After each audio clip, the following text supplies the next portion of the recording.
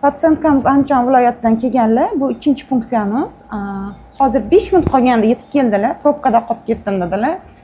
Shuning uchun hurmatli obunachilarimiz, patsientlarimiz, iloji bo'lsa sizda funksiya bo'ladigan bo'lsa, обязательно bir kun oldin Toshkentga kelish tavsiya beraman, chunki yo'lda har xil hodisalar bo'lishi mumkin. Shuncha harakatingiz 1-2 soat bilan bog'liq bo'lib qolishi mumkin. Shuncha riskovat qilmagan ma'qul. Hamda yana bitta ma'lumot o'rinli deb bilaman. Funksiya jarayonida narkoz bilan bo'ladi ko'pincha. Narkoz bilan bo'lganda och qoringa kelinglar deymiz. Ba'zi bir patsientlar faqat ovqat yeyishi tushunishadi, choy ichishi.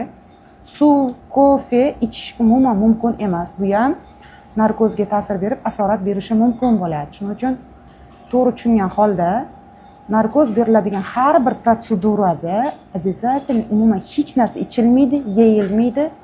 Shunga jiddiy ahamiyat berishingizni so'rab qolaman. Ikkinchi funksiyaga kechikib kelgan patsientkamiz Andijon viloyatidan. Bularning yoshlari 29 yoshda, birlamchi bepishlik 6 yil. Bularda asosiy sabab polikistoz hamda teratozospermiya. Bu ayolimizni biz 2 oycha funksiya amaliyotiga olmadik. Sababi ALT-lari juda ham baland, glyukoza baland, endokrinolog tomonidan ruxsat berilmadi.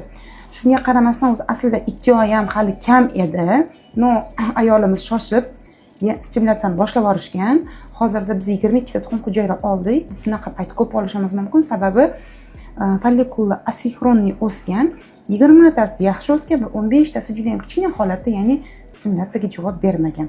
Shunga qaramasdan endi zapaslar yaxshi bo'lgani uchun biz ko'p tuxum hujayra olishga erishdik.